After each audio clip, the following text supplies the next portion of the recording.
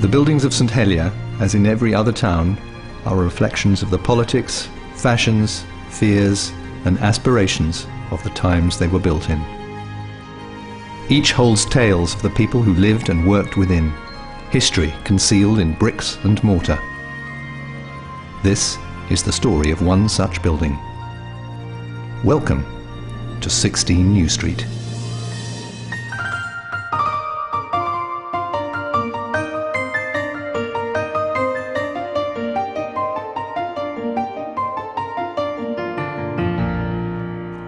The house was built around 1730 on a 60-foot wide virgin site on the edge of town. Probably constructed by Jersey stonemasons, its simple, symmetrical design is typical of the 18th century, when inspiration and supplies shifted from France to England. It's a blend of Jersey vernacular and Georgian classical architecture, with rendered walls, lime-washed and scored in imitation of masonry.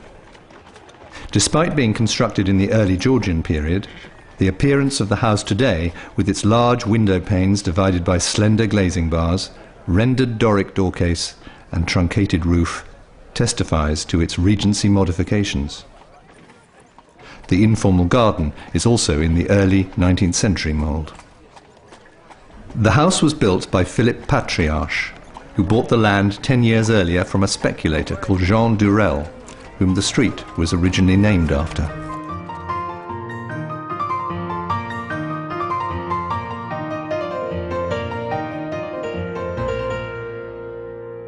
The portraits hanging in the hall are of Philip's granddaughter, Esther Patriarche, born 1731, and her husband, Jean Lacloche, minister of Trinity Church.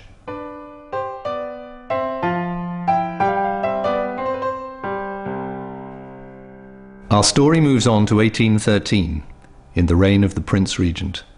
16 New Street now belongs to Philippe Journoud, whose father, François, acquired the house 26 years earlier. Philippe Journoud was one of 11 children and was just 21 when he inherited the house in 1800. And of course one can't take 2 paces without coming across General Don's troops that work on one road or another. Indeed, the military are all over there and hell-bent on keeping Boney at bay. Like his father, Philippe was a notary public, and his work included authenticating contracts relating to the sale of land and property. All such contracts were written in French. He supported the liberal Jeannot party, which was born of the inequality of the period. The party's mouthpiece was the Gazette de Jersey newspaper.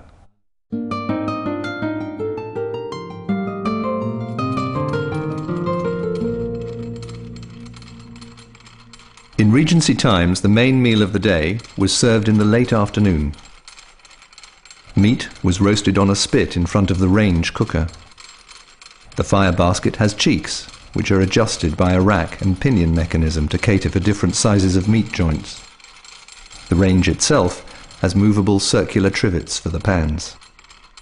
Either side of the range sits a cob iron, which supports the spit in front of the fire.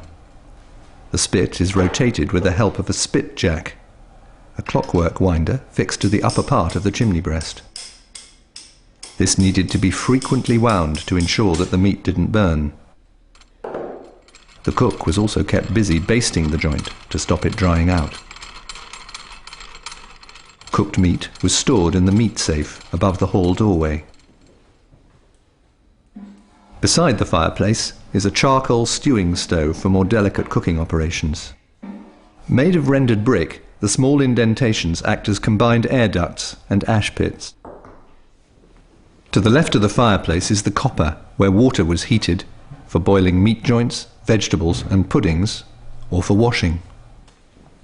A popular dish of the time was salamagundi, a mixture of roasted or boiled meat with eggs, anchovies, lemon, spinach and shallots, served with a mustard dressing. Georgian dining was slightly different to that of today. The meal was divided into several courses, each with a variety of sweet and savoury dishes, served at the same time and arranged symmetrically on the table. Leftovers were never wasted, but were served to the children or servants, or were made into dishes for another meal. A small family meal would consist of 2 courses and a dessert, such as syllabub, and frosted claret jelly. Fine food required formal dress and manners. Women would change for the meal. I know you have the best cook. But there are oysters here from the Royal Bay of Greville. Oh, my dear, my favourite. I love them, absolutely wonderful. And who made this? Oh, wonderful game pie from our very own kitchens. And of course, all the fresh food and vegetable come from the markets across the way. Yes, well. To drink, there would have been local cider. Great quantities were produced in Jersey, and wines such as Burgundy, claret, Madeira, or port.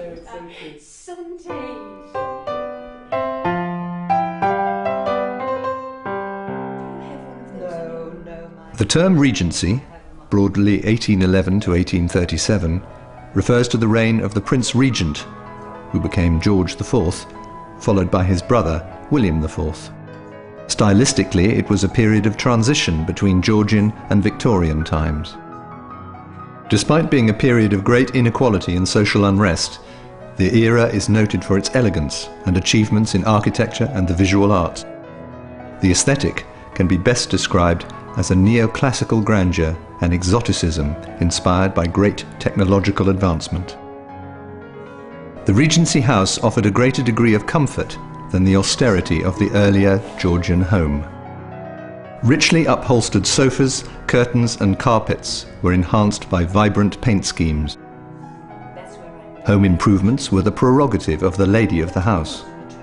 Elegance and sophistication were seen as synonymous with a woman's touch.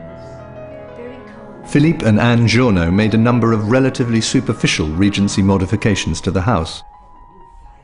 In this room, they installed new windows with slender glazing bars and renewed the fireplace with a French marble surround.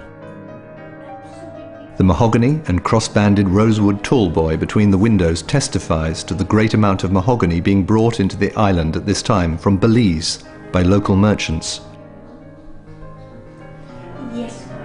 Mrs. Journeau and her friend Mrs. Lecaine are taking tea, a pursuit that gained great popularity in Georgian times.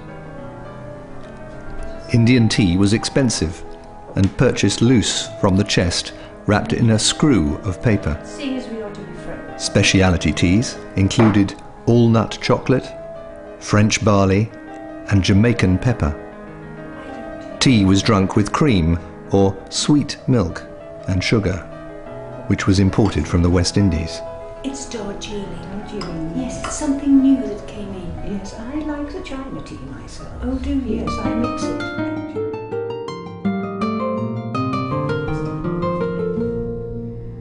Children in the early 19th century lived in vastly different worlds according to their parents' incomes and circumstances.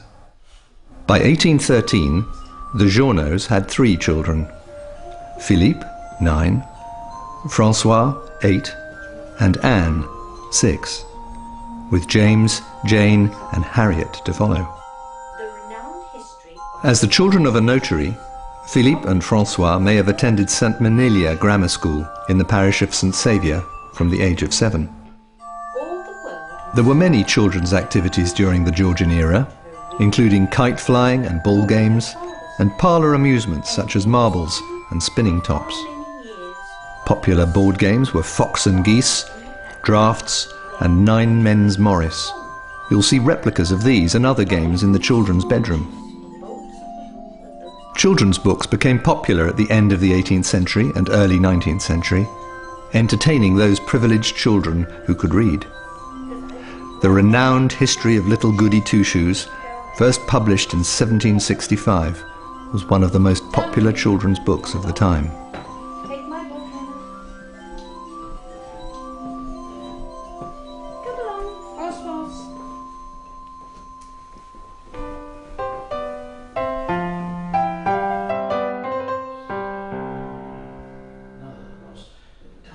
The story of our house moves on. It's 1870 and Queen Victoria is on the throne. 16 New Street has been purchased by the firm of A. de Gruchy and has been leased to the Liberty Gentlemen's Club. The room you're in now has been restored as closely as possible to how it would have been at the time. A letter of complaint has been received about the use of inappropriate language by a member of the club in the smoking room, the committee has requested a full report from the offender. Well, that sort of language just cannot be tolerated. Certainly not. I'm sure you appreciate the new ventilation system we've had fitted.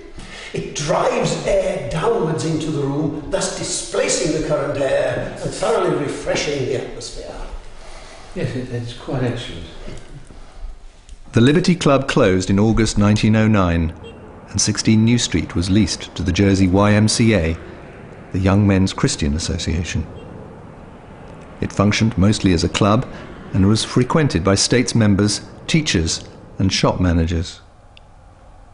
It had social and football team committees, chess and debating societies.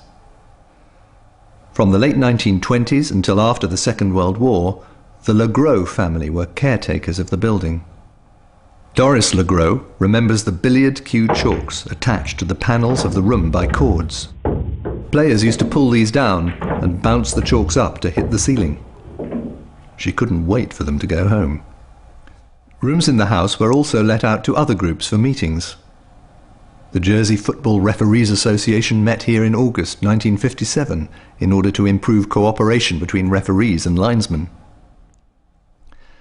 The YMCA ceased to rent the property in 1964, when de Gruchy's installed their curtain and blind-making workshop in this and other rooms of the house, using the top floor for storage. By the end of the 1970s, the building was no longer used.